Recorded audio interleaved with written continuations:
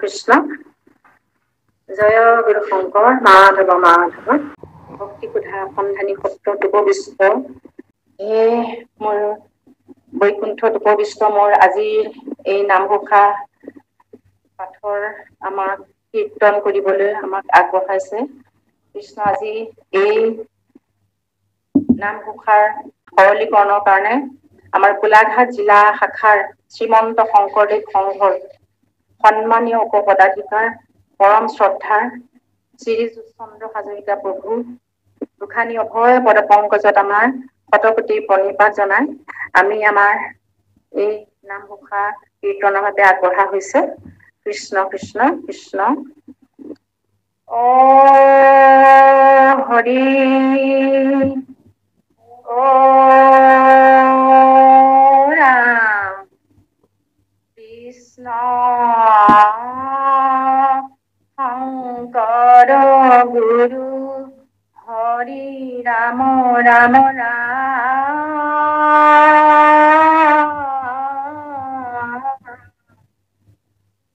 হৰি ৰাম ৰাম ৰাম ৰাম শ্ৰী কৃষ্ণই নমো নমঃ। মুক্তি তুনি স্পৃহ যিতু সেহি ভকত নমো ৰসময়ী মাগো ভকতি সমস্ত কমনি নিজ ভকতৰ বৈশ্য ভজো হেন দেৱ যদুপতি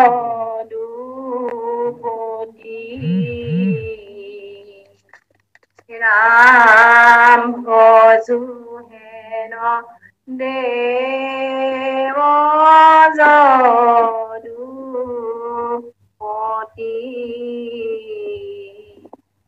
কৃষ্ণ কৃষ্ণ কৃষ্ণ কৃষ্ণ আমাৰ হাজৰিকা প্ৰভু কৃষ্ণ। আজি আমাৰ লেচাৰী চন্দ্ৰৰ আমাৰ নিন্দা ভাগ আছে। কৃষ্ণ কৃষ্ণ কৃষ্ণ শ্ৰী মুকুন্দৰ নাম গুণ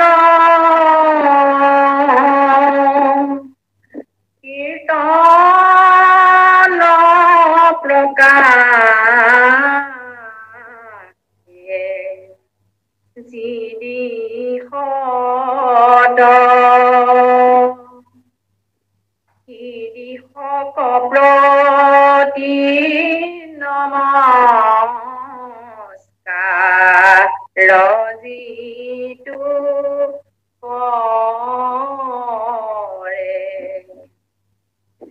চিদানন্দ ঘন স্বৰূপত ঈশ্বৰ কৃষ্ণ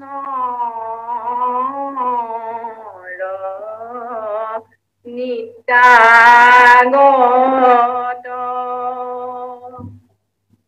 পৰম আনন্দ কৰে সিটো সাধু নৰে ৰাম পৰম আনন্দ কৰে সিটো সাধু নৰে। কৃষ্ণ কৃষ্ণ কৃষ্ণ। এয়া লেচাৰী চন্দ্ৰৰ মহিমাযুক্ত উপদেশ চলি আছে। এতিয়া আমি নিন্দালৈ যোৱা নাই, নিন্দা পিছত আছে। এইটো আমাৰ মহিমাযুক্ত উপদেশতেই চলি আছে। মাজতে খালি ছবি চন্দ্ৰৰ ঘোষা ফাঁকি দিলে বাকীখিনি মহিমাযুক্ত উপদেশে এটা উপদেশ দিছে আমাক, দৰকাৰী উপদেশ, যে ভগৱন্ত অৰ্থাৎ শ্ৰী মুকুন্দ ভগৱন্তৰ কথা কৈছে। ভগৱন্তৰ বহু নাম আছে। মুকুন্দ তেওঁ একেবাৰে মুকুসকলকো আনন্দ দিব পাৰে কাৰণে তেওঁ মুকুন্দ বুলি কোৱা হৈছে। যাৰ যি কথা ক'ব নোৱাৰে, কোনো জ্ঞান নাই, হেৰি নাই, সেই সকলকো পৰম আনন্দ প্ৰদান কৰিব পাৰে প্ৰভুৱে, কৃপা কৰিব পাৰে। সেইকাৰণে সেই ভগৱন্তৰ শ্ৰী মুকুন্দৰ যি গুণনামসমূহ আছে, নামৰ গুণ মানে গুণনাম, তেওঁৰ গুণনামসমূহ যি য'ত কোনোবা ফালে যি কীৰ্তন হৈ থাকে, কোনোবা লোকে কোনোবা অকলে অকলেও গাব পাৰে, সমাজ বহিও গাব পাৰে, বা কেইবাজনো গোট খাইও কীৰ্তন কৰিব পাৰে।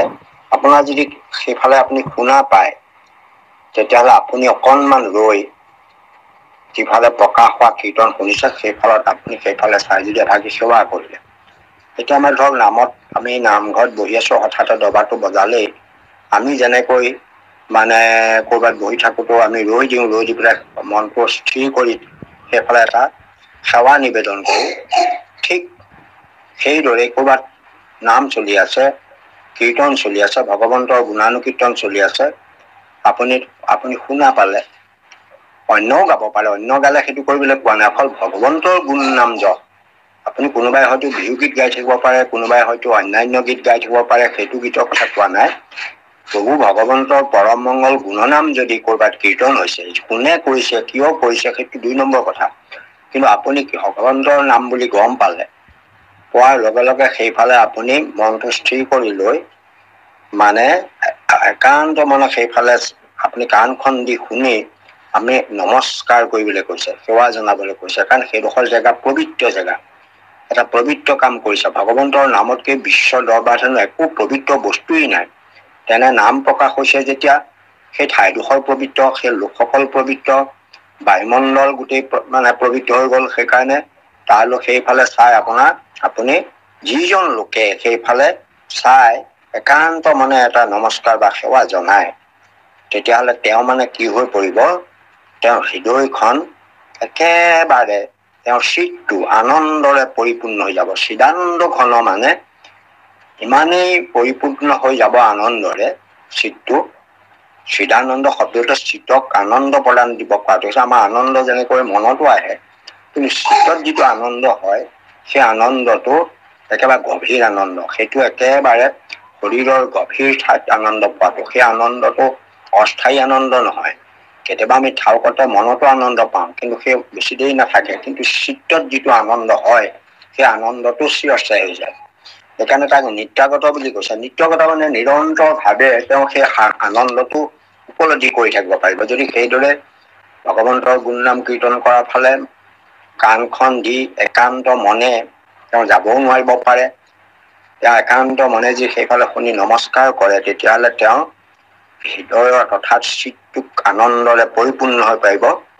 আৰু লগে লগে তেওঁ নিৰন্তৰ ভাৱে ভগৱন্তৰ ঈশ্বৰ কৃষ্ণত মনটো নিমজ্জি পৰিব, আৰু গোটেই মন চিত মানে শৰীৰটো পৰম আনন্দৰে পৰিপূৰ্ণ হৈ পৰিব, পৰম আনন্দময় হৈ পৰিব। অৰ্থাৎ কায় বাক্য মন আনন্দৰে পৰিপূৰ্ণ হৈ যাব।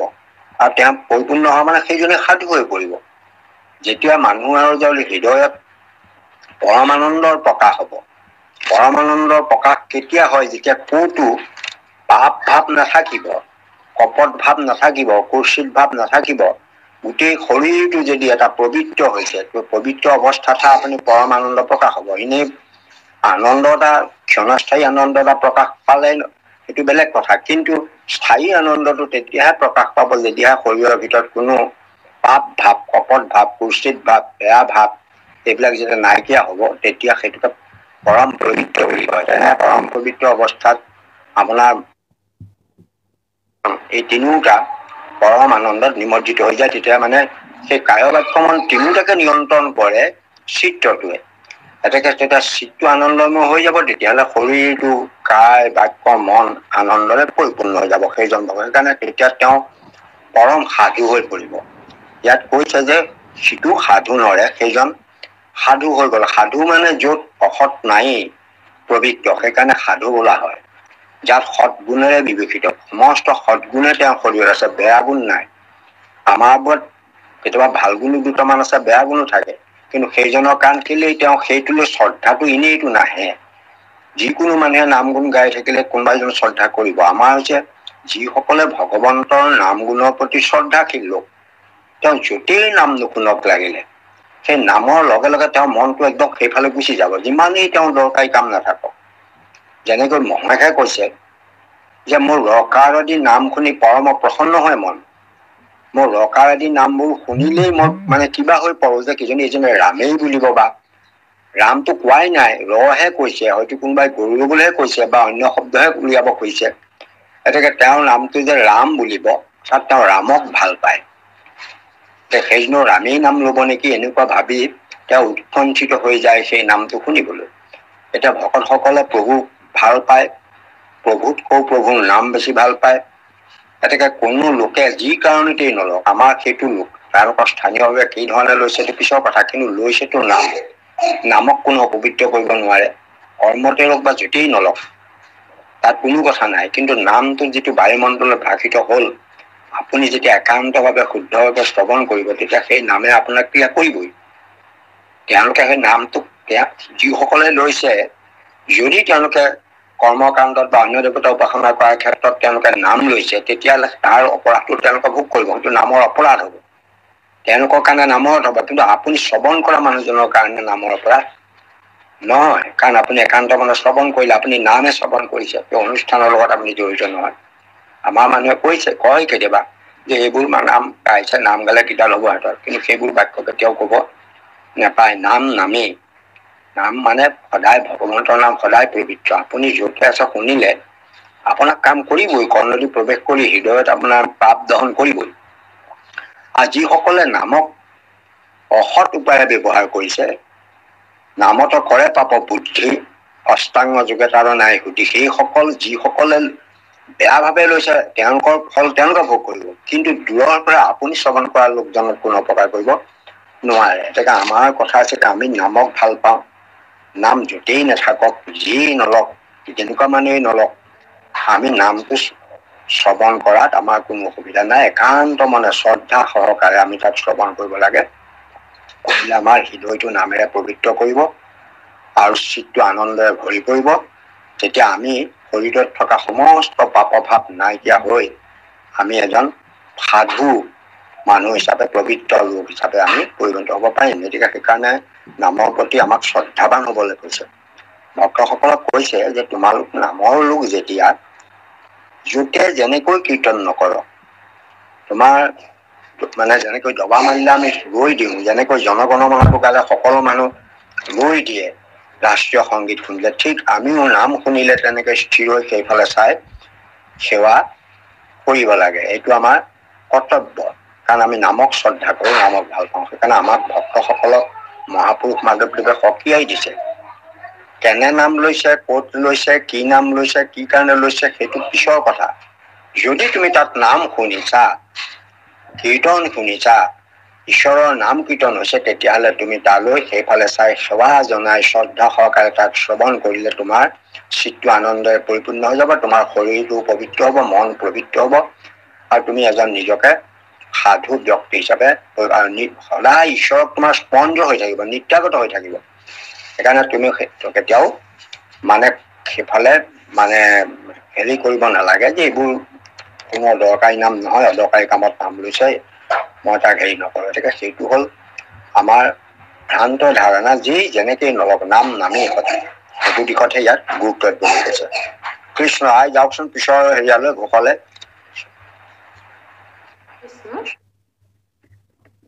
হৰি ভক্তি ৰাজ মাৰ্গে গুৰু পদন চন্দ্ৰ প্ৰকাশিত শ্ৰুতি জননীৰ পদ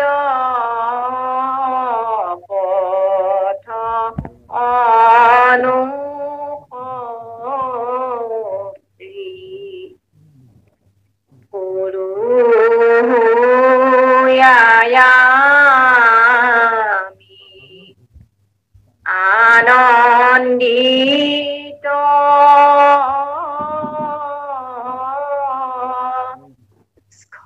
চলন নাহি কে কদাচিত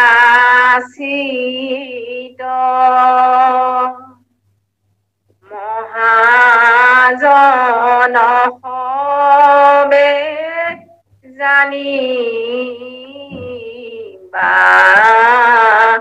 নিশ্চয় কৰি ৰাম মহাজন সবে জানিবা নিশ্চয় কৰি। কৃষ্ণ কৃষ্ণ কৃষ্ণ। এয়া আমাৰ ভক্তসকলক এটা বৰ বিশেষ হেৰি দিছে মহাপুৰুষ মাধৱদেৱে, যে তোমালোকে যিটো ভক্তি পন্থত গতি কৰিছা এইটো সুস্থিৰ ভক্তি পন্থ। এই ভক্তি পন্থত যদি তোমালোকে এই কথাকেইটা মানি চলি থাকা তেতিয়াহ'লে কোনো দিনে ইয়াৰ পৰা তোমালোকৰ বিপৰ্যয় নহয়। কি কি নিয়ম পালন কৰিব লাগিব সেইকেইটা কথা ইয়াত আমাৰ আকাৰ ইংগিতে বুজাই দিছে। যে হৰি ভক্তি ৰাজমাৰ্গেৰা, হৰি ভক্তিৰ পথটো, হৰি ভক্তিৰ পথটো হেনো ৰাজমাৰ্গ বুলি কৈছে। এই হৰি ভক্তিৰ যিটো আমি পথত চলিছো এইটো ৰাজমাৰ্গ সদৃশ। যেনেকে ৰাজমাৰ্গটো কোনেও আপোনাক অঁতৰাই পঠিয়াব নোৱাৰে। চৰকাৰী ৰাস্তা, জনসাধাৰণৰ ৰাস্তা, আপুনি সেই ৰাস্তাত যাব পাৰে। কাৰোবাৰ ব্যক্তিগত ৰাস্তাত গলেহে আপোনাক কিবা কব পাৰে। আৰু ইয়াৰ উপৰি এই ৰাস্তাটো প্ৰকাশিত কৰি আছে গুৰুৰ পদনখ চন্দ্ৰই। গুৰুৰ পদনখ মানে আমাৰ চৰণত, সকলোৰে চৰণত মানে প্ৰতিটো আঙুলিতে নখ, অৰুণ বৰ্ণৰ নখ আৰু চন্দ্ৰ থাকে। তলৰ ফালে য'ত নখৰ শেষ হৈছে তাত এটা চন্দ্ৰ সদৃশ থাকে। এটা নখ, আনটো নখ চন্দ্ৰ। নখটো অৰুণ বৰ্ণৰ, চন্দ্ৰটো চন্দ্ৰ বৰ্ণৰ অৰ্থাৎ বগা, পোহৰ, জ্যোতিমান। এইটো সকলোৱে জানে। কাৰোবাৰ যেনিবা সেই চন্দ্ৰ প্ৰকাশিত হৈ থাকে, উজ্জ্বল হৈ থাকে, কিছুমানৰ চন্দ্ৰ প্ৰকাশিত নহয়, সুন্দৰ হৈ নাথাকে। ভগৱন্তৰ কিন্তু চৰণৰ নখ চন্দ্ৰ, নখ আৰু নখ চন্দ্ৰ সুন্দৰভাৱে প্ৰকাশিত বুলি কৈছে। আপোনালোকে ভগৱন্তৰ চৰণৰ কথা বৰ্ণনা কৰিলে পাব যে দেখিও ৰত্নৰ পাকৰি নহয়, প্ৰকাশই তাতে নখ চন্দ্ৰ ছয়।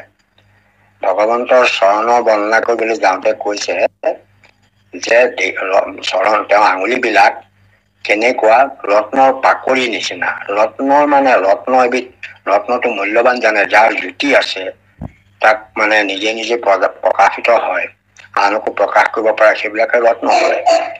পাকৰি মানে আহঁত গছ, আহঁত গছৰ পাকৰিৰ নিচিনা, ৰত্নৰ পাকৰিৰ নিচিনা সেই আঙুলি বিলাক বহল, দীঘল, আৰু সেই আঙুলি বিলাকৰ মানে নখ আছে, মানে নখ বিলাক দীঘল। আমাৰ মানে মানুহৰ, মহিলাসকলে ৰখা দীঘল দীঘল আগৰ নখটো নহয়, সেইটো নখ মানে থাকিব নালাগে, সেইটোত মলি জমা হব পাৰে। কিন্তু যিটো প্ৰকৃত নখ বুলি কোৱা হয়, সেই নখ আৰু নখৰ গুৰি ফালে মানে য'ৰ পৰা নখটো ওলাই আহে সেইখিনিত এটা নখ চন্দ্ৰ, চন্দ্ৰ, সেই চন্দ্ৰটো হ'ল চন্দ্ৰমা সদৃশ। চন্দ্ৰ নহয়, পূৰ্ণ চন্দ্ৰ নহয়, অৰ্ধ চন্দ্ৰ, সৰু চন্দ্ৰ, যিবোৰ আমি কলা কলাকে দেখো তেনেকুৱা চন্দ্ৰ আকৃতি থাকে। এনেকে প্ৰতি নখৰ লগতে নখ চন্দ্ৰটো সংযোগ হৈ থাকে। নখ, নখ চন্দ্ৰ, নখটো অৰুণ বৰ্ণৰ, চন্দ্ৰটো চন্দ্ৰ বৰ্ণৰ, চন্দ্ৰই প্ৰকাশ কৰে, পোহৰ দিয়ে। গতিকে ইয়াত আমাৰ যিটো ৰাজমাৰ্গৰ পথ, সেই ৰাজমাৰ্গৰ পথটোত মানে গুৰু নখ চন্দ্ৰই, আমাৰ গুৰুৱে দেখুৱাই এইটো পথ প্ৰকাশিত হৈ আছে, মানে পোহৰ হৈ আছে, জ্যোতিৰ্মান হৈ আছে। কিহৰ জ্যোতিয়ে প্ৰকাশিত হৈ আছে? গুৰুজনাৰ নখ চন্দ্ৰৰে প্ৰকাশিত কৰিছে। যেনেকে চন্দ্ৰই গোটেই আমাৰ আকাশখন পোহৰাই ৰাখে, ঠিক তেনেকৈ আমাৰ হৰি ভক্তি ৰাজমাৰ্গটো প্ৰকাশিত কৰি ৰাখিছে মহাপুৰুষ গুৰু শ্ৰীমন্ত শংকৰদেৱৰ নখ চন্দ্ৰই। নখত যি চন্দ্ৰ আছে সেই চন্দ্ৰই তেওঁ মানে যেনেকৈ টৰ্চ মাৰি দিলে, ৰাস্তাটোত যদি টৰ্চ মাৰি দিয়ে পোহৰ হৈ যায়, এনেকে তেওঁ নখ চন্দ্ৰৰ পৰা এটা পোহৰ ওলাইছে, যিটো পোহৰে গোটেই ৰাস্তাটো আমাৰ ভক্তি মাৰ্গটো প্ৰকাশিত কৰি ৰাখিছে।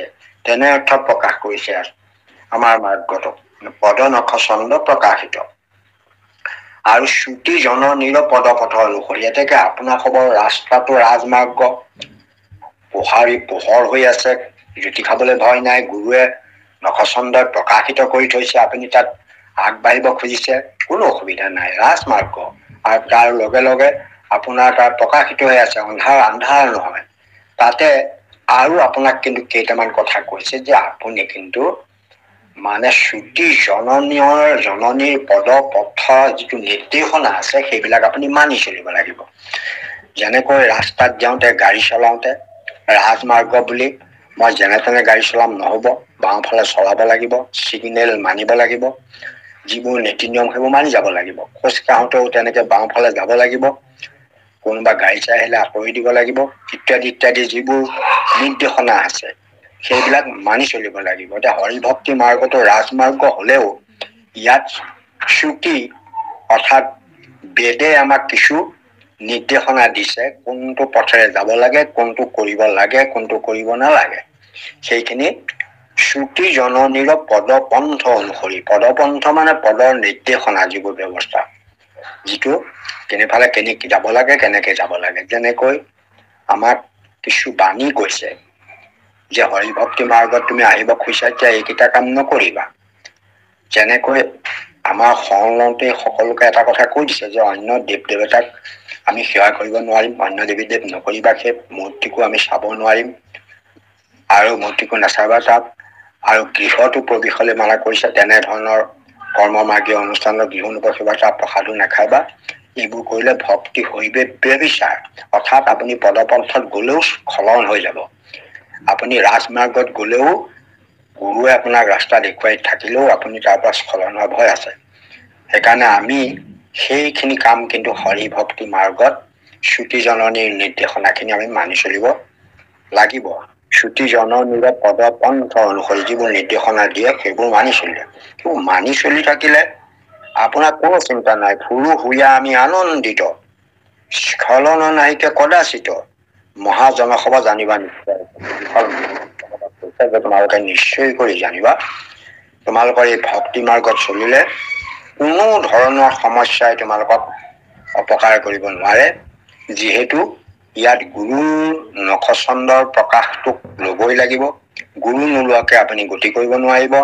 ৰাজমাৰ্গটোত উঠিব লাগিব, আৰু লগে লগে ৰাজমাৰ্গত গৈ থকা যিবোৰ পথ নিৰ্দেশনা সেইবোৰ আপুনি মানি চলিব লাগিব। অৰ্থাৎ মানে যিকেইটা কৰিলে আপুনি ৰাজমাৰ্গত কোনেও আপোনাক একো কৰিব নোৱাৰে। মটৰ চাইকেলখন আপুনি ৰাজমাৰ্গত চলালেও যেনেকে হেলমেট পিন্ধিব লাগিব, নিৰ্দেশনা মানিব লাগিব, এইখিনি মানি চলিব লাগিব। আমাকো সেইখিনি ইয়াত মানি চলিবলৈ কৈছে যে তেতিয়া আপুনি ফুৰু হৈ আমি আনন্দিত, স্খলন নাহিকে কদাচিত, মহাজন মানে আমাৰ ভক্তসকলকে কৈছে যে এইটো কথা নিশ্চয়কৈ জানিবা। হৰিভক্তি মাৰ্গত যে ৰাজমাৰ্গ, সেইটো মহাপুৰুষ মাধৱদেৱে আপোনাৰ তেখেতে গুৰু প্ৰতিমাতে সেইটো প্ৰকাশ কৰিছে যে ভকতি ভাং দ্বাৰ হব চুৰি, মুকুতি কৰিলি উদ্যাস, এক শৰণ হৰি নাম ধৰম কহু ৰাজা সৰু প্ৰকাশ। গুৰুজনাই হেনো এখন হৰি নাম ধৰ্ম এটা ৰাজ ধৰ্ম প্ৰচাৰ কৰি ধৰ্ম বিলাকৰ ৰজা ধৰ্ম প্ৰচাৰ কৰিছে। এয়া মহাপুৰুষ মাধৱদেৱৰ ঘোষণা। মাধৱদেৱে কৈছে যে ভকতিৰ ভঁৰালত আগত ভক্তি ধৰ্মটো নথকা নহয়, আগতো ভকতি ধৰ্মটো আছিল, আগৰ পৰা ভকতিৰ কথাটো পাইছে, নিবিনৱ সিদ্ধ সম্বাদত আপোনালোকে পাইছে, পলাদেও ভকতি কৰিছে বুলি পাইছে, আন আন লোকসকলেও ভকতি কৰিছে বুলি আছে। কিন্তু আগৰ ভকতি আৰু গুৰুজনাই দিয়া ভকতিৰ মাজত এটা পাৰ্থক্য আছে, কাৰণ আগৰ ভকতিৰ ভঁৰালত মুকুতিবোৰ সোমাই থোৱা আছিল, কাৰণ ভকতি কৰিলে মুকুতি বাঞ্ছা কৰিছিল, সেইবোৰ আগৰ মুকুতি বাঞ্ছা কৰিছিল। আগৰ ভক্তি যেনেকে আপোনালোকে দেখিছে, ধ্ৰুৱ গৈ আৰাধনা কৰিছিলে, মুক্তি বিচাৰিছে, যিমানেই আছে সকলোৱে ভক্তি কৰিছিল মাত্ৰ মুক্তি বিচাৰি, কিবা এটা পাবলৈ বিচাৰিছিল। কিন্তু শংকৰদেৱে সেই ভকতিৰ ভঁৰালত আবদ্ধ হৈ থকা মুকুতিবোৰ তেওঁ মানে দ্বাৰবোৰ ভাঙি দি, যিবোৰ দৰজাই বন্ধ কৰি ৰাখিছিল ভকতিৰ ভঁৰালত মুকুতিবোৰ, সেইবোৰ উদাস কৰি দিলে, তাৰ পৰা উলিয়াই পেলালে, কোনো মুকুতিৰ প্ৰয়োজন নাই। এই মুকুতি খিনি উলিয়াই দি পেলাই মুক্তিটো নিষ্প্ৰিয় যিটো সেই ভকতক অনৱস্থাত মুক্তিৰ প্ৰতি স্পৃহা নথকা ভক্তিৰ ধাৰা এটা প্ৰচলন কৰিলে, যেন মুক্তিও কামনা নকৰে। ৰাম নাম মুক্তি বিলম্বন হৰি হৰি জপৰাম নাম নিক্ষণ ৰাম ৰাম। তুমি মুক্তিৰ কাৰণে চিন্তা কৰিবহে কাম নাই, সেইটো এনেই প্ৰাপ্য তোমাৰ, তুমি এনেই প্ৰাপ্য। তুমি হৰিনাম ললে তুমি মুক্তি তোমাক দিবলৈ হাতত পিছে পিছে তোমাৰ ঘূৰি ফুৰিব, আকৌ মুক্তিৰ কাৰণে তুমি ভকতি কৰিব লাগিব, কি কথা কোৱা।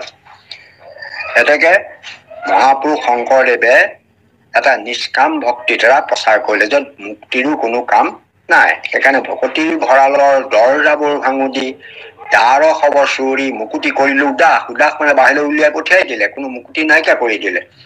মুক্তি কামনা নাথাকে এইটো ভকতিত, মহাপুৰুষ গুৰুজনাই প্ৰচাৰ কৰা। আগৰ ভকতি বিলাকত মুক্তিৰ কামনা আছিল, মহাপুৰুষ গুৰুৱে কিন্তু মুক্তিৰ প্ৰচুৰ প্ৰয়োজন নাই বুলি ভকতসকলক কলে, তোমালোকে ভকতিটো বিচাৰা, মুক্তি নিবিচাৰিবা। গুৰুজনা মুক্তিকামী নাছিল, সেইকাৰণে সেইজন গুৰুক সেৱা কৰিবৰ কাৰণে বিষ্ণুপুৰী সন্যাসীয়ে সেই সেৱাটো যি মুক্তা অপি নিষ্ক্ৰিয় বুলি পেলাই সেই আৰম্ভ কৰিছিল। এতেকে ইয়াত আমি বুজি পাইছো যে গুৰুজনাই যিটো হৰিভক্তি মাৰ্গৰ প্ৰচাৰ কৰিছিল, সেইটো হৰিভক্তি মাৰ্গ। এক শৰণ হৰি নাম ধৰ্ম কহু ৰাজা। এক শৰণ হৰি নাম ধৰ্মটো সকলো ধৰ্মৰ ৰাজা ধৰ্ম হিচাপে গুৰুজনাই প্ৰচাৰ কৰিলে বুলি মাধৱ পুৰুষে ঘোষণা কৰিছে, সেইকাৰণে এইটো ৰাজ ধৰ্ম। আৰু ইয়াত সেইটোকে মহাপুৰুষ মাধৱদেৱে ঘোষণা কৰিছে যে হৰিভক্তি যিটো পন্থত আমি উঠিছো, শৰণ লৈছো, ভজন লৈছো, এয়া পদনখ চন্দ্ৰই সেইটোকে বুজাইছে।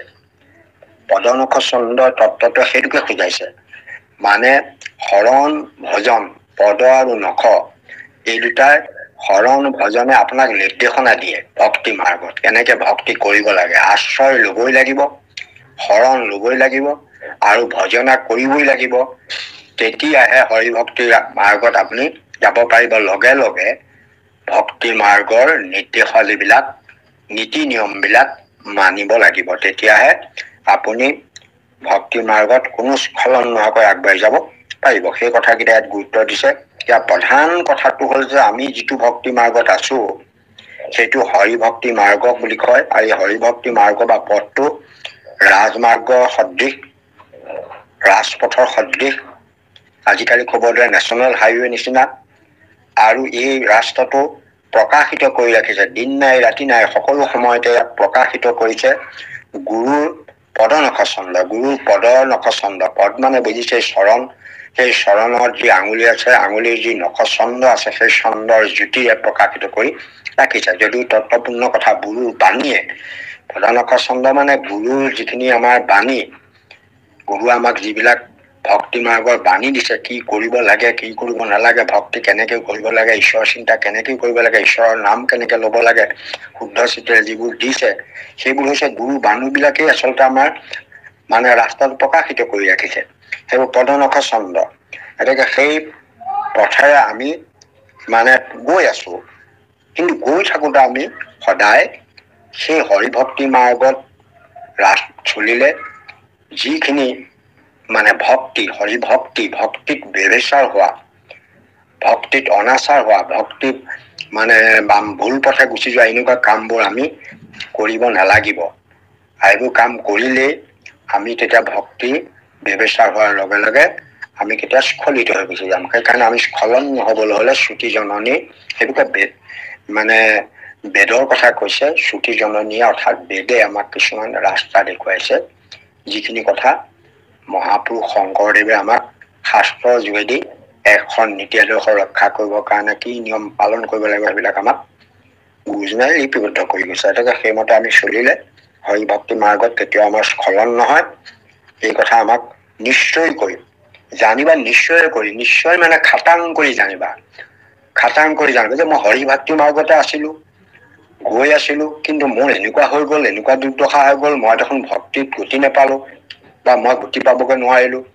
কি ভুল হ'ল? তাৰমানে তুমি কোনোবা এটা তিনিটাৰ ভিতৰত কোনোবা এটা ভুল কৰিছা। যিটো ভুল কৰিছা, হয়তো তুমি ভগৱন্তৰ একান্ত শৰণলৈ শৰণৰ নীতি আদৰ্শ ৰক্ষা কৰা নাই, বা শুদ্ধ ভাৱে তুমি ভজনা কৰা নাই, আৰু নহলেও তুমি ভক্তিত বেভিচাৰ কৰিছা। কিবা এটা ঘটিছে, যিটো কথাৰ কাৰণে হৰি ভক্তি মাৰ্গত যোৱাওতেও তোমাৰ স্খলন হৈছে, প্ৰকৃত ভক্তি পথৰে আগবাঢ়ি যাব পৰা নাই। সেইকাৰণে নিজে উপলব্ধি কৰি ভক্তি মাৰ্গত আগবাঢ়ি যাওঁতে সেইবিলাক সাৱধানতা অৱলম্বন কৰিবৰ কাৰণে আমাক মাধৱ পুৰুষে এয়া এটা তত্ত্বপূৰ্ণ ইয়াত মহিমাযুক্ত উপদেশ দিছে। সেই উপদেশখিনি ৰক্ষা কৰি চলিলে মোৰ ভক্তি মাৰ্গত কোনোদিনেই স্খলন নহয় বুলি কৈছে কৃষ্ণ। আই যাওকচোন আকৌ পিছলে। কৃষ্ণ কৃষ্ণ বাপ, এই শ্ৰুতি জননীয় এই কথাটো অকণমান আপুনি সিদ্ধান্ত দিয়কচোন। শ্ৰুতি জননী মানে আমাক বেদ মাতা বুলি কয়। বেদ মাতৃ এইকাৰণে কয় যে মানে শ্ৰুতি জননী, আপোনাৰ বেদ মাতাৰ নাম শুনিছে নহয়। এতেকে এই আমাৰ বেদ শাস্ত্ৰবিলাক আমাৰ জননী সদৃশ। আমাক মানে জন্ম দিছে সংসাৰত। আপোনালোকে দেখিছে প্ৰথমতে ভগৱন্তই বাহিৰ হৈছিলে বেদসমূহে। সেই বেদে আপোনাৰ ভগৱন্তকে স্তুতি কৰিছে। ভগৱন্তক স্তুতি কৰি পেলাই বেদে কি কলে আপুনি জানেনে? বেদে কৈছে যে তোমাৰে সেই অংশ আমি যত জীৱ, যাক তোমাৰে মায়া প্ৰভু বান্ধিলে আমাক। গতিকে দিও উপদেশ প্ৰভু ভজহু চৰণে, মায়াৰ বন্ধন চিন্তি শ্ৰৱণ কীৰ্তনে। গতিকে এয়া হল বেদে আমাক এটা নিৰ্দেশনা দিছে যে ভক্তি কৰিবলৈ। জ্ঞানৰ অভ্যাস প্ৰভু নেদেখি বিশেষ, শ্ৰৱণ কীৰ্তনে চিন্তে সংসাৰৰ ক্লেশ। গতিকে এইখিনি শ্ৰুতিক জননীৰ লগত তুলনা কৰিছে।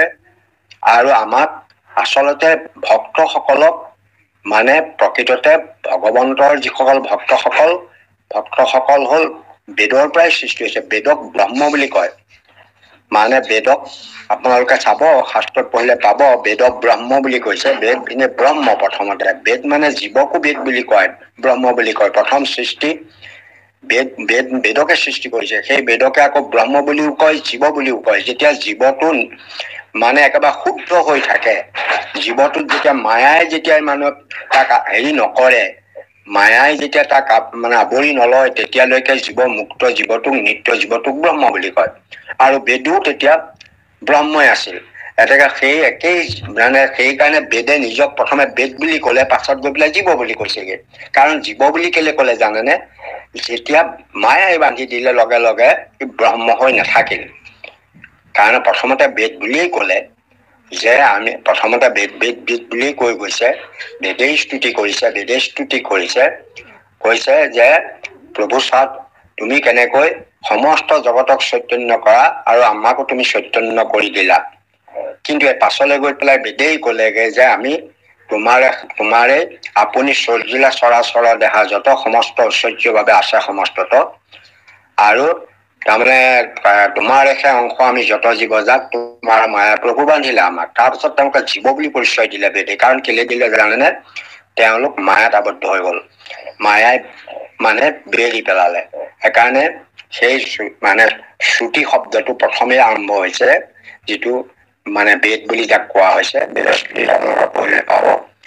বেদে কৈছে, কি কৈছে জানেনে? যে প্ৰভু নহি আপোনাক, নহলে আমাক তুমি দিয়া ব্ৰাহ্মণ মাধৱ গোবিন্দ বুলি তোমাৰ নাম লৈ কেনেকে তৰিম তাৰ উপায় দিয়া। আমি জ্ঞানৰ যোগেদি তৰিব নোৱাৰো।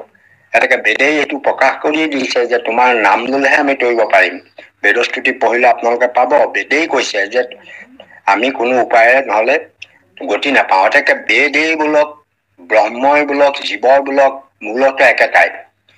সেইকাৰণে বেদস্তুতি পঢ়োতে মানুহে খেলি মেলি লাগি যায় যে প্ৰথমতে বেদ বুলি কৈ পেলাই পাছত আকৌ জীৱ বুলি কৈ দিলে।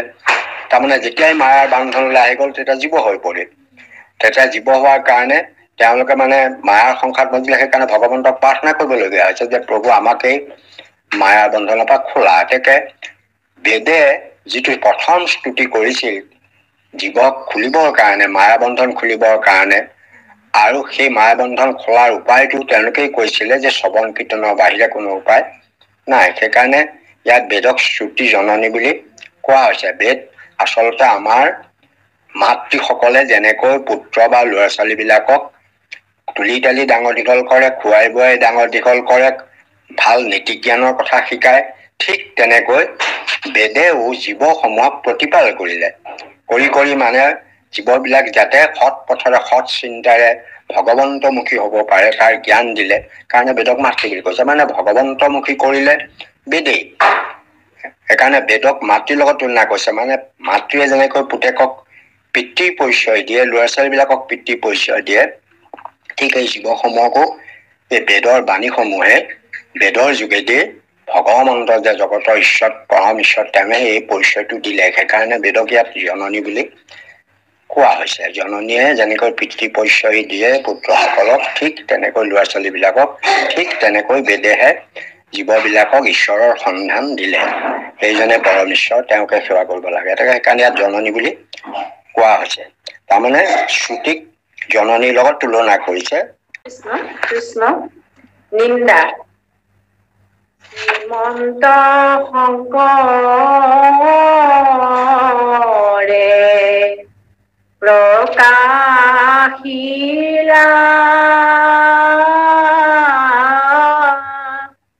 গোবিন্দৰ নাম গুণ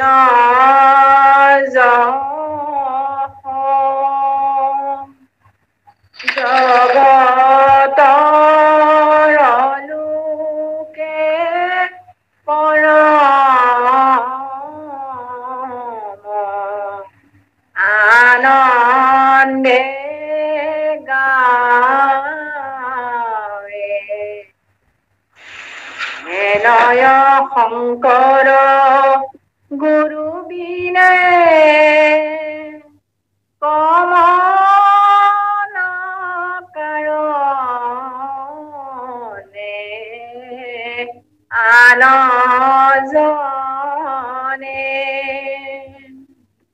লোকৰ মাজত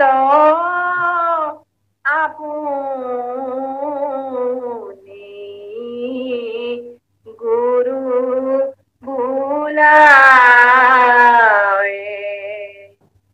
ৰাম লোকৰ মাজত আপুনি গুৰু বোলাৱে। কৃষ্ণ কৃষ্ণ কৃষ্ণ কৃষ্ণ। এয়া নিন্দা, লেচাৰ চন্দ্ৰৰ নিন্দা। আপোনাৰ সবে আগতেও নিন্দা পটল পাইছে। আমাৰ মানে লেচাৰী চন্দ্ৰত কেইবাটাও 11টিমান ঘোষাত এনেকে নিন্দাৰ ঘোষা আছে। 11টিমান আপুনি ঘোষা পাব। তাত মানে নিন্দা কৰিছে মানে এইটো এনেকুৱা এটা নিন্দা নহয়, কাৰোবাক গালি পৰা নিন্দা নহয়। এয়া হৈছে আমাৰ ভকতসকলকহে এইবোৰ কৈছে। আচলতে এইবোৰ কথা আমি হৰি ভক্তি মাৰ্গতে আছো, কিন্তু আমি কিছুমান ভুল কাম কৰো, বিপথে যাওঁ। সেই সকলকহে আচলতে সৎ পথ আনিবৰ কাৰণে অলপ টানকে দুআষাৰমান শুনাইছে যে তোমালোকে ভুল পথেৰে গৈছা, সৎ পথেৰে আহা, এইদে বুলি কব খুজিছে। ইয়াত নিন্দা মানে জানি শুনি, আমি জানি শুনিও কিছুমান শুদ্ধ পথে অশুদ্ধ পথে কেতিয়াবা আমি যাবলৈ চেষ্টা কৰো। সেইবিলাকক কিছুমান উপদেশমূলক কথাৰে মহাপুৰুষ মাধৱদেৱে সেই অসৎ পথ অশুদ্ধ পথ এৰি শুদ্ধ পথৰে আহিবৰ কাৰণে এই 2-4টা এনেকুৱা ঘোষাৰে মানে মানুহবিলাকক বুজাবলৈ চেষ্টা কৰিছে। এতিয়া প্ৰথমতে এতিয়া নিন্দা আপোনালোকে দেখিলে যে ইয়াত গুৰুৰ ক্ষেত্ৰতে প্ৰথম কথাটো কৈছে যে আমাৰ গুৰুৰ ক্ষেত্ৰতে কিছু কথা আহে যে মানুহে গুৰুক মানে কেতিয়াও মাধৱদেৱে নামঘোষা লিখোতে এটা কথা কৈছে, তাৰমানে তেওঁ গুৰু হিচাপে আপুনি শ্ৰীমন্ত শংকৰ হৰিভকতৰ পঢ়িলেও পাব বা জয়গুৰু শংকৰ পঢ়িলেও শেষত পাব। তাত বহুতে বিনা গুৰু বুলি কয়। বিনা গুৰু শুদ্ধ নহয়, বিনে গুৰু চৰণে ভকতি ৰকতি মুকুতি কব নহয়। গতিকে আমাৰ তেওঁ শংকৰদেৱৰ কথা কৈ আহিছে। সেইকাৰণে গুৰুৰ বাদ দি, শংকৰদেৱক বাদ দি আমাৰ আৰু গুৰু হব নোৱাৰে। এইটো কথা ইয়াত তেওঁ খাটাংকে কব খুজিছে। বিনে গুৰু চৰণে ভকতি ৰকতি মুকুতি কব নহয়। বিনা বিনে বিনা বুলি কলে বহুতক বুজাব পাৰে, বিনে বুলি কলে এজনকে বুজায়। সেইকাৰণে আমাৰ মানে শ্ৰীমন্ত শংকৰদেৱৰ লগত মাধৱদেৱে বহুত তৰ্ক কৰিছে। শাস্ত্ৰ বহুত জানিলে তেওঁ বহুত শাস্ত্ৰ অধ্যয়ন কৰি কৰি কৰি কৰি তেওঁ মানে তেওঁ পাত্তাই দিয়া নাছিল প্ৰথমতে শংকৰদেৱক। আপোনালোকে জানে সকলো শংকৰ মাধৱদেৱৰ মিলন হৈছে, কিমান তৰ্ক কৰিছে, কিমান যুক্তি আহিছে। সেইবিলাক সমস্ত তেওঁ যেতিয়া শীতল হৈ গল, তাৰমানে দ্বিজ ৰামানন্দ এনেকুৱা লিখিছে যে অসৎ ভাৱনাকে আদি কৰি অনেক অজ্ঞান অনেক জন্মৰ যত মহাপাপ আনু গ্ৰন্থ সমস্তই তজু বাক্য আজি সমস্তে গুচি লগ হইলো মই নিঃসংশয় তোমাৰ চৰণে শৰণে পখিলো আজি ধৰি কিবা মই। এই বাক্যটো মাধৱদেৱৰ মুখেৰে প্ৰকাশ কৰিছে। মোৰ যি অসৎ ভাৱনাবোৰ আছিল, মই যে যিটো মই শাস্ত্ৰ পঢ়ি জ্ঞান পাই মোৰ যিবোৰ অহংকাৰ ভাৱ হৈছিল, অসৎ ভাৱনাকে আদি কৰি অনেকে অজ্ঞানাশ্ৰয় মানে নানা গ্ৰন্থ পঢ়ি তাৰ পৰা যিবোৰ ভুল জ্ঞান লৈছিলো সেইবিলাকে গ্ৰন্থ সমস্তই এই সমস্তখিনি তজু বাক্যে আজি তোমাৰ মানে শংকৰদেৱৰ বাক্যে সমস্তে গুচি ল ভৈলো মই নিঃসংশয় তোমাৰ চৰণে শৰণে পখিলো আজি ধৰি কৃপাময়। এতেকে তেওঁ মানে বুজি পালে, কাৰণ তেওঁ শাস্ত্ৰজ্ঞ পণ্ডিত আছিল, বুজি পাই শংকৰদেৱ যে কেনেকুৱা লোক, ঈশ্বৰৰ যে অৱতাৰ, এই কথাটো বুজি পালে। আৰু যিজনে শংকৰদেৱক পাত্তাই দিব খোজা নাছিল সেইজন শংকৰদেৱৰ এনেকুৱা প্ৰিয় শিষ্য হল। এতেকে তেওঁ শংকৰদেৱৰ কাৰণে তাৰমানে শংকৰদেৱৰ বাহিৰে শংকৰদেৱক পোৱাৰ লগে লগে তেওঁ বিষয় বাসনা ভোগ বিলাক চব বাদ দি গুৰু সেৱাত একান্ত লাগিব। এয়া হয়তো এনেকুৱা আপুনি জগতত নাপায়, এনেকুৱা শিষ্য নাপায় যিজন শিষ্যৰ সমস্ত সুখ ভোগ বাদ দি গুৰু সেৱাত গোটেই জীৱনটো উৎসৰ্গিত কৰিছে। সেই ক্ষেত্ৰত গুৰুৰ যদি তুলনা মানে শিষ্যৰ তুলনা দিব লাগে, তেতিয়াহলে আমি পাম মাধৱদেৱৰ সমান ইমান মানে গুৰুৰ প্ৰতি থকা শ্ৰদ্ধা থকা লোক নাই। তেনেহেন মাধৱদেৱে এটা কথা দেখিলে যে সেই সময়তে কিছু শাস্ত্ৰ জানি অলপ জানি যিটো অধ্যয়ন কৰি বহু লোককে নিজে গুৰু হিচাপে প্ৰতিষ্ঠা কৰিবলৈ আৰম্ভ কৰি দিলে। আপোনাৰ মাধৱদেৱে নিজেও গুৰু হোৱা নাই, তেওঁ কৈছে যে মই গুৰু নহয়, গুৰুৱে মোক আজ্ঞা কৰিছে গুৰুক দেখুৱাবলৈ। গতিকে সেইকাৰণে মাধৱদেৱে শংকৰদেৱে নিজৰ চৰণতে শৰণ দিছিল, কিন্তু মাধৱদেৱে সেইকাৰণে গুৰুৰ এটা মানে গুৰু আসন প্ৰতিষ্ঠা কৰি পেলাই তাত শৰণ দিয়াৰ ব্যৱস্থা কৰিলে। অৰ্থাৎ তেওঁ নিজে কেতিয়াও গুৰু হোৱা নাই আৰু মাধৱদেৱে গুৰু বুলি কোৱাও নাই। এইটো মানে সেইটোকে এইটোৱে বুজাইছে যে আৰু শংকৰদেৱৰ বাহিৰে আমাৰ দ্বিতীয় গুৰু নাই। কিন্তু বহু লোকে, কাৰণ শংকৰদেৱে যিটো একেবাৰে দেৱতাসকলো লুকাই ৰাখিছিল, গোপন কৰি থৈছিল, ব্ৰহ্মা ইন্দ্ৰ ৰুদ্ৰ আদি মহান দেৱতাসকলে যিটো বস্তু লুকাই ঢাকি থৈছিল, গোপন কৰি ৰাখিছিল, আদি সত্য যুগৰ শুদ্ধ ধৰ্ম আছিল একমাত্ৰ হৰি নাম, দেৱ সবে গুপ্ত কৰিলে কৰি কপট, হেন হৰি নামক ব্যক্ত কৰি সমস্ত লোকক উদ্ধাৰ দিলা, শ্ৰীমন্ত শংকৰে ভাঙিলা সবাৰ ওপৰত। এইটো মাধৱদেৱে জগতৰ কাৰণে ঘোষণা কৰিছে যে এই দেৱতাবিলাকৰ গৰ্ব শূন্য কৰি আমাৰ যিটো গোপন কৰি ৰাখিছিলে এই হৰিভক্তি শুদ্ধ মাৰ্গটো নাম ধৰ্মটো মহাপুৰুষ শংকৰদেৱে জগতৰ লোকৰ কাৰণে কৃপা কৰি প্ৰচাৰ কৰিলে। গতিকে এই গোবিন্দৰ গুণ নাম যশ যিটো শুদ্ধ ধৰ্ম, যিটো বেদৰ মূল ধৰ্ম, জগতৰ লোকক কাৰণে প্ৰচাৰ কৰিলে মহাপুৰুষ গুৰু শ্ৰীমন্ত শংকৰদেৱে। আৰু সেই গুৰুৰ ধৰ্মটোকে গোবিন্দৰ গুণ নাম যশ গাই জগতৰ সমস্ত লোকে পৰম আনন্দত লাভ কৰিব পাৰিছে। ইয়াত কোনো শ্ৰেণী ৰাজন নাই, সকলো শ্ৰেণীয়ে পাৰিব। ইয়াত বোলে ব্ৰাহ্মণ সকলে পাৰিব, ক্ষত্ৰিয় সকলে পাৰিব, এইসকলে নহয়, ব্ৰাহ্মণ ক্ষত্ৰিয় বৈশ্য শূদ্ৰ অন্ত্যজ সমস্ত শ্ৰেণীৰ লোকেই হৰিভক্তি সাধনৰ পথত আহি এই গোবিন্দৰ গুণ নাম লীলাজক চৰিত্ৰ শ্ৰৱণ কীৰ্তন কৰিব পাৰিব। সকলো লোকৰ কাৰণে কিন্তু জগতৰ লোকে সমস্ত লোকে ইয়াত মানে সেই নাম কীৰ্তন কৰি পৰম আনন্দ লব পাৰে। তেনেকুৱা থকাৰ পাছতো বহু লোকে আকৌ শংকৰদেৱ থকাৰ পাছতো কিছুমানে আহি আকৌ লোকৰ মাজত আহি পেলাই নিজক গুৰু বুলোৱাৰ চেষ্টা কৰে। গতিকে এইটো মানে মহাপুৰুষ মাধৱদেৱে বাকী গুৰু বিলাকক মানে সেই আহ্বান জনাইছে যে তোমালোকে গুৰু হব নোৱাৰা, গুৰু মাত্ৰ আমাৰ সকলোৰে এজন, নাই নাই নাই বুলি কৈছে। তেওঁৰ বাহিৰে আগতো নাছিল, এতিয়াও নাই, আগলৈকো নাই। গতিকে তাৰ বাহিৰে আৰু ক'ৰ পৰা গুৰু ওলাল এইবিলাক। এতিয়া আপোনাক সবে জানে যে বহুত সত্ৰ গোসাঁয়ে নিজকে গুৰু বুলি কয়, বা আমাৰ এতিয়াও এই গাঁৱৰ ভূঞেও এনেকুৱা লোক আছে বহুত সত্ৰ গোসাঁয়ে গুৰু বুলি কব খোজে, প্ৰকৃততে গুৰু হব নোৱাৰে। কাৰণ গুৰুক শৰণ দিলে তেওঁক শৰণ দিব নোৱাৰে। গুৰু এজন মাত্ৰ সেই মহাপুৰুষ শ্ৰীমন্ত শংকৰদেৱ। গতিকে যিটো সোণাম চুতীয়া বাপে দক্ষিণপাট সত্ৰত শৰণ লবলৈ গৈ যেতিয়া মূলেকে দক্ষিণপাট সত্ৰাধিকাৰে যেতিয়া কলে যে সেই দামোদৰ দেৱৰ পৰা বৰ্তমান মূলেকে 10জন গুৰুৰ মই নাম কৈ যাম, তুমি 10জন গুৰুৰ নামত তুমি সেৱা কৰি যাবা। তেতিয়া তেওঁ সুধিলে সোণাম চুতীয়া বাপে যে 10 জনৰ মাজত ইয়াত শংকৰদেৱ মাধৱদেৱৰ নাম আছে নে নাই? তেতিয়া বোলে শংকৰদেৱ মাধৱদেৱ আমাৰ গুৰু নহয়।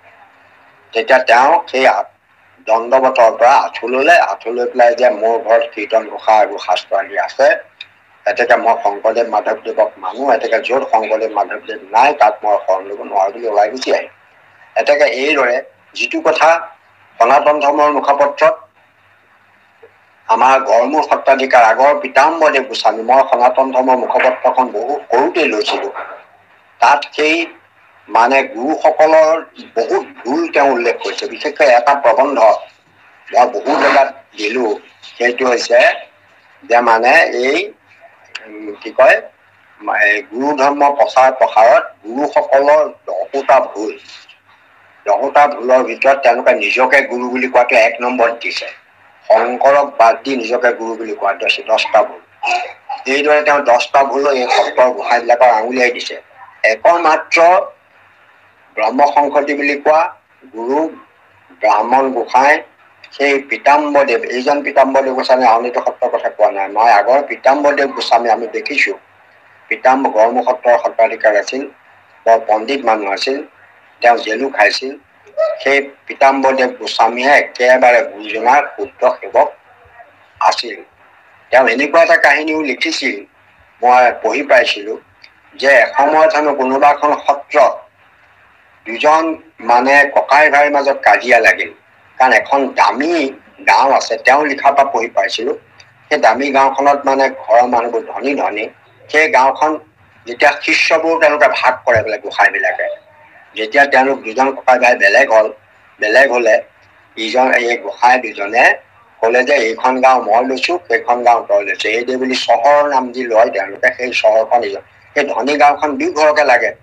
শেষত গৈ পেলাই সেই গাঁওখন দুজনকে লাগে, এজনে ইজনৰ বিপক্ষে কোৰ্টত কেছ দি দিলে। কোৰ্টত সকলো মানুহক নটিচ দি কোৰ্টলৈ মাতি আনিলে। মানুহবিলাকক সুধিছে কোৰ্টত যে আপোনালোক কোনজনৰ লগত থাকিবলৈ বিচাৰে? তেতিয়া বোলে আপোনালোকে য'তেই দিয়ে আমি ত'তেই থাকিম। তাৰমানে মানুহবোৰ গৰু বেচা দি সেই সময়ত এনেকুৱা এটা কৰিছিল, শিষ্যসকলকো নিজৰ সম্পত্তিৰ দৰে ব্যৱহাৰ কৰিছিল। এটা গুৰুজনা মহাপুৰুষ গুৰু শ্ৰীমন্ত শংকৰদেৱে সেইটো কেতিয়াও কোৱা নাই। তেওঁ শিষ্যসকলক তেওঁ ভকত হিচাপে, সাধু হিচাপে, মহাবৈষ্ণৱ হিচাপে স্বীকৃতি দিছিল। তাৰ প্ৰমাণ মাধৱদেৱ। গতিকে মাধৱদেৱক যেতিয়া কোনোবা এজনে সুধিছিল যে তোমাৰনো গুৰু কোন? শংকৰদেৱ। বোলে তেওঁনো গুৰু কোন? যেতিয়া সেই কথাটো শংকৰদেৱক সুধিলেই যে মোক এনেকে সুধিলে, মই কিন্তু উত্তৰ দিব নোৱাৰিলো। বোলে নকলা কেলে তেওঁৰ গুৰু মই বুলি? তুমি মাধৱ, তুমিয়ে মোৰ গুৰু। এই যিটো চিন্তা চৰ্চা মহাপুৰুষ শংকৰদেৱত আছিল, সেইটো মানে আনৰ ক্ষেত্ৰত প্ৰয়োজন আছিল। সেইকাৰণে এই বহুতে গুৰু বোলাবলৈ আৰম্ভ কৰি দিলে। মানে তেনেকুৱা ধৰণৰ যথেষ্ট গুৰু আমাৰ প্ৰায় 600খনৰ অধিক সত্ৰ আছে, এইবোৰ গুৰু হৈ গ'ল সকলোৱে। বাস্তৱিকতে ইমানখিনি গুৰু হ'ব নালাগিছিল। গুৰু সদায় এজন থাকে। আপুনি খ্ৰীষ্টান ধৰ্মত যীশু খ্ৰীষ্টই আছে, গুৰু নানকে আছে ইয়াত। গতিকে পাছত যিসকলে সেই গুৰুক জনাই আছে, দেখুৱাই আছে, সেই সকলো গুৰু হৈ পেলাই গুচি গ'ল। কাৰণ সুবিধা কিছুমান পায়, সন্মান কিছুমান পায়। সেইকাৰণে মাধৱদেৱে ইয়াত নিন্দা কৰিছে সেই সকল লোকক যিসকলে শংকৰদেৱক বাদ দি নিজকে গুৰু বোলাবলৈ চেষ্টা কৰিছে। কাৰণ তেনেকুৱা গুৰু থাকিব নোৱাৰে।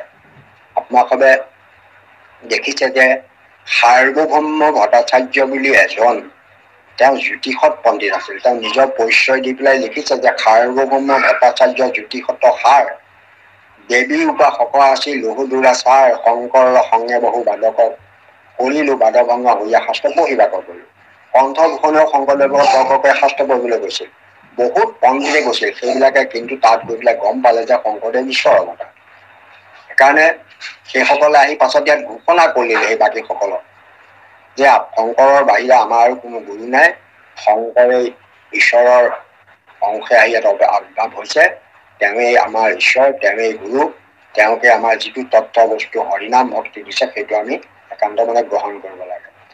আনকি তেওঁ এই সাৰ্বভৌম ভট্টাচাৰ্যই 17খন শংকৰদেৱতকৈ আগত লিখা শাস্ত্ৰৰ উদ্ধৃতি দিছে যে স্বৰ্গখণ্ড ৰহস্যত সংজ্ঞাত নোযোৱা, বশিষ্ঠ সংগীতা সুত সংগীতাত চোৱা, অগস্তি সংগীতা পঞ্চ ৰুদ্ৰজামালত, বিষ্ণু ধৰ্মোত্তৰকিত যুগ বিচাৰত, যোগিনী তন্ত্ৰতে ইতিহাস ভৱিষ্যত হৰগৌৰী সম্বাদ শিবে নাৰদত ইহবত বিচাৰিয়া যদ্যপি নাপায় তেৱেকে পণ্ডিতে নিন্দৈ বুজুমনি খায়।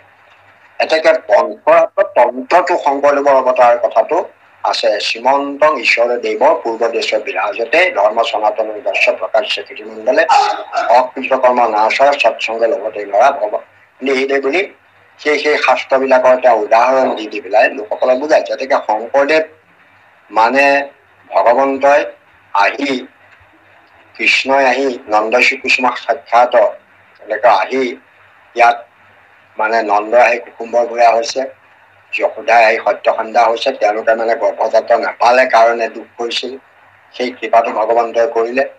এতিয়া এইটো জন্মত নন্দ যশোদাই আহি তেওঁলোকৰ গৰ্ভজাত সন্তান বীৰ্যজাত সন্তান হিচাপে লাভ কৰিব সামৰ্থ হল বুলি সেয়া কুৰুক্ষেত্ৰ কাব্যত বৰ্ণনা দিয়া আছে।